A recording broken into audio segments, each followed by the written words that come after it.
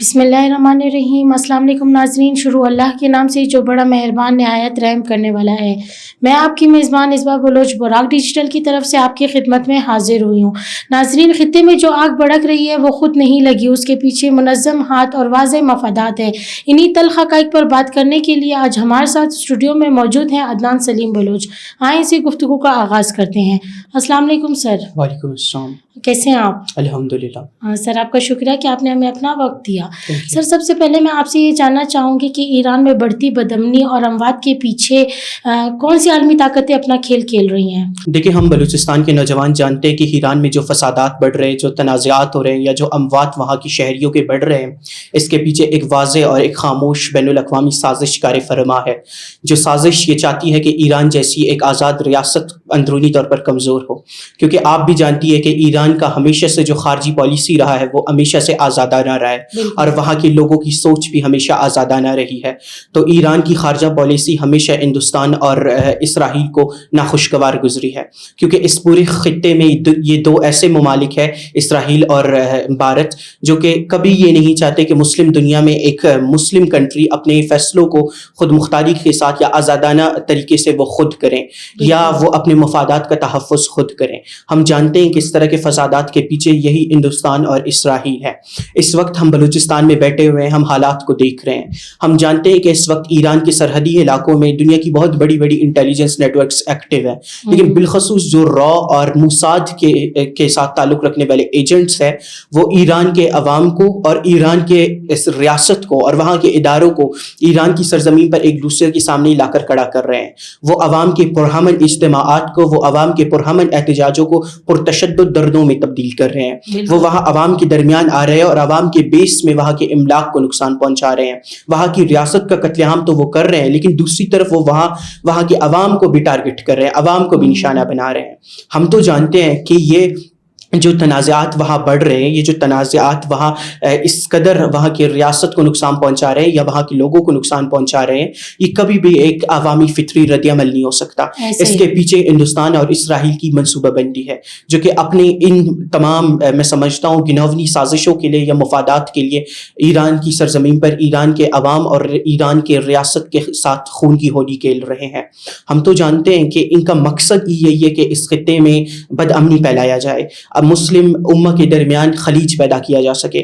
یہ لوگ چاہتے ہیں کہ ایران میں اس طرح کے واقعات اور تنازعات میں زیادہ کشیدگی آئے اور بلوچستان کے حالات بھی بگڑے اور پاکستان بھی اپنی سالمیت کی طرف جاتے ہوئے نقصان کا سامنا کریں۔ یہ لوگ چاہتے ہیں کہ اس طرح کی جو مسلم کنٹریز ہیں، ان کے عوام اور ریاست کے درمیان دوریاں پیدا ہو۔ یہ چاہتے ہیں کہ یہ اپنے ذاتی مفادات کو حاصل کریں اور اس طرح کے آزاد خارجہ پالیسی رکھنے والے ممالک کو ان کی پالیسی سے دستبردار کرنا پڑے۔ بالکل۔ اس کے علاوہ سر، میں آپ سے یہ جاننا چاہوں گی، سرحد پار پیدا ہونے والے حالات سے کیا دہشت گرد تنظیمیں فائدہ اٹھانا چاہتی ہیں، یا تو اس طرح بھی یہاں پر بحران پیدا کرنے کی کوشش؟ دیکھیے، فطرت الہندوستان کے جن دہشت گردوں کو ہمیشہ بلوچستان کی سرزمین پر مسنگ قرار دیا جاتا ہے، وہ اس وقت ایران کے تنازعات میں بھرپور کردار اپنا ادا کر رہے ہیں۔ ہمارے اطلاعات کے مطابق اس وقت BLF اپنے دہشت گردوں کو، اپنے دہشت گرد کمانڈروں کو عوام کے درمیان میں ایران میں داخل کر رہا ہے، اور وہ عوام کے بیس میں وہاں رہتے ہوئے اپنے مذموم مقاصد کو اور اپنے مخصوص مقاصد کو حاصل کرنے کی بھرپور کوشش کر رہے ہیں، کیونکہ وہاں پر اسرائیل اور بھارت کے وہی مخصوص مقاصد ہیں جو BLF کے ہیں۔ اس وقت بھارت اور اسرائیل واحد دو ایسی قوتیں ہیں جو مسلم دنیا میں مسلم ممالک کی طاقت اور ان کی خود مختاری کے خلاف کام کر رہے ہیں۔ تو BLF کے بھی وہی مقاصد ہے، کیونکہ BLF بھی مسلم امہ کی سب سے بڑی دشمن ہے۔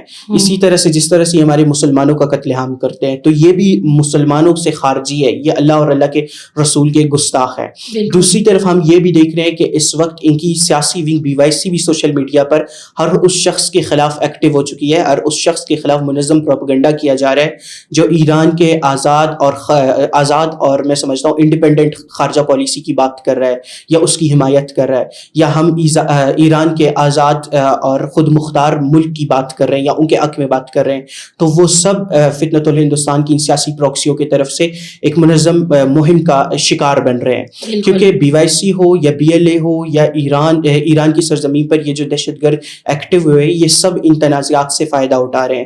یہ چاہتے ہیں کہ ان تنازعات سے فائدہ اٹھا کر ہم اس پورے خطے میں انتشار پھیلائے۔ اس کے علاوہ سر میں آپ سے جاننا چاہوں گی کہ نادیہ لانگو جب یہ کہتی ہے کہ ریاست کی سختی کی وجہ سے لوگ دہشت گردی کی طرف جا رہے ہیں، تو کیا یہ دہشت گردوں کو سیاسی جواز دینے کی کوشش نہیں؟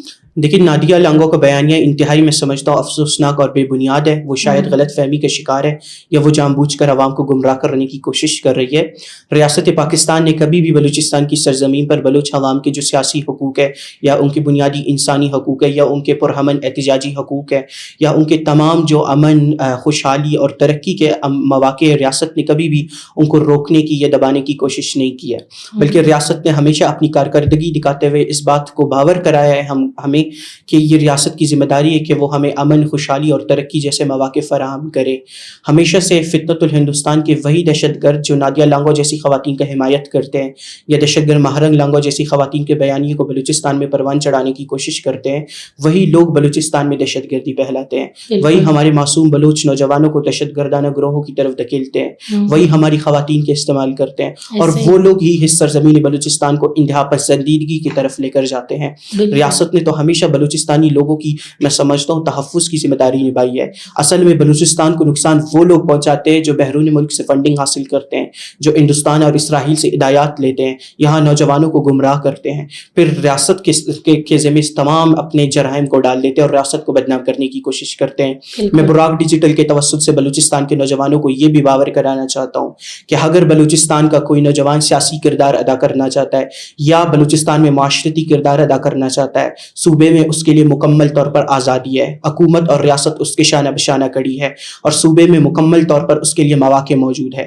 اگر بلوچستان سے تعلق رکھنے والا کوئی بھی نوجوان اس طرح کے فتنۃ الہندوستان کی پروکسیوں کے میں سمجھتا ہوں بیانیے کو تقویت دینے کی کوشش کرے گا یا اسے پروان چڑھانے کی کوشش کرے گا تو قانون کا راستہ اس کے لیے ضرور اختیار کیا جائے گا اور قانون کے مطابق اس کے راستے میں رکاوٹیں بھی کھڑی کی جائیں گی. انہیں زندانوں میں بھی ڈالا جائے گا، انہیں گرفتار بھی کیا جائے گا اور انہیں عدالتوں میں بھی پیش کیا جائے گا. بالکل. اس کے علاوہ سر آخر میں آپ سے یہ جاننا چاہوں گی، وہاب بگٹی جو ایک جانے مانے گلوکار ہیں، ان پر بلوچستان میں تشدد ہوا، تو اس کو بلوچستان کے نوجوان کس طرح دیکھتے ہیں؟ دیکھیے وہاب بگٹی جیسے ایک بہت بڑے گلوکار کے ساتھ اس طرح سے پرتشددانہ واقعہ کا پیش آنا انتہائی افسوسناک ہے اور ہم بلوچستان کے نوجوان اس کی بھرپور مخالفت اور مذمت کرتے ہیں. وہاب بگٹی نے کنایاری جیسے گیت گا کر بلوچستان کی ثقافت کو، بلوچستان کی میں سمجھتا ہوں تہذیب کو پوری دنیا میں ایک پہچان دی اور انہوں نے بلوچستان کا نام بنایا. اور اگر آج اتنے بڑے اتنے جانے مانے اور بلوچستان کا جو فخر ہے، پاکستان کا فخر ہے، اس کے ساتھ ایک کرنٹ MP کے بیٹے کی طرف سے، صادق عمرانی کے بیٹے کی طرف سے اس طرح سے جسمانی ہراسانی اور پرتشدد دانہ واقعہ پیش آنا، میں سمجھتا ہوں یہ صرف ایک فرد کی وہاب بگٹی کی تذلیل نہیں ہے، بلکہ میں سمجھتا ہوں یہ بلوچستان میں فن اور بلوچستان کے فنکاروں اور بلوچستان کی تہذیب اور بلوچستان کی ثقافت پر ایک کلی حملہ ہے. ہم پچھلے کئی سالوں سے دیکھ رہے ہیں کہ فتنۃ الہندوستان کے دہشت گرد ہمارے فنکاروں کو نشانہ بنا رہے ہیں، ہمارے گلوکاروں کو اپنی دہشت گردی اور اپنی بربریت کا نشانہ بنا رہے ہیں. لیکن اب یہ انتہائی افسوسناک ہے کہ جن لوگوں کو ہم ووٹ کرتے ہیں اور اپنی ووٹ کی طاقت سے اسمبلیوں میں بٹاتے ہیں تاکہ وہ اقتدار میں بیٹھے اور ہماری نمائندگی کریں، اب ان کی طرف سے ہمارے گلوکاروں کو اور فنکاروں کو اس طرح سے نشانہ بنایا جا رہا ہے. میں سمجھتا ہوں یہ ریاست کے لیے ایک المیہ ہے. ریاست کو وہاب بگٹی کی آواز بننی چاہیے. سیاسی اثر و رسوخ یا میں سمجھتا ہوں بلوچستان کی روایات کو مد نظر لاتے ہوئے اس معاملے کو دبانا نہیں چاہیے، بلکہ وہاب بگٹی کے لیے آواز اٹھانی چاہیے. قانون کے مطابق ان کے گناہگاروں کو سزا ملنی چاہیے اور ہم بلوچستان کے نوجوان ان کے لیے بھرپور آواز اٹھاتے ہیں، کیونکہ ہم جانتے ہیں کہ کسی فنکار کے لیے، کسی گلوکار کے لیے آواز اٹھانا کوئی احسان نہیں ہے، بلکہ جو فنکار ہوتے ہیں، گلوکار ہوتے ہیں، وہ ہماری قوم کی روح ہے، وہ قوم کو ریپرزینٹ کرتے ہیں اور بطور نوجوانی ہماری ذمہ داری کہ ہم ان کی آواز بنیں. بالکل. بہت شکریہ سر کہ آپ نے ہمارے ساتھ اپنے اہم نکات شیئر کیے. ناظرین، دہشت گردی کو حالات کا رد عمل کہنا گمراہی ہے. ریاست کو کمزور دکھا کر شدت پسندی کو جواز دینا دشمن ایجنڈے کی کھلی حمایت ہے. اسی پیغام کے ساتھ میں آپ کی میزبان اصبا بلوچ آج کے پوڈ کاسٹ سے اجازت چاہوں گی. اللہ حافظ.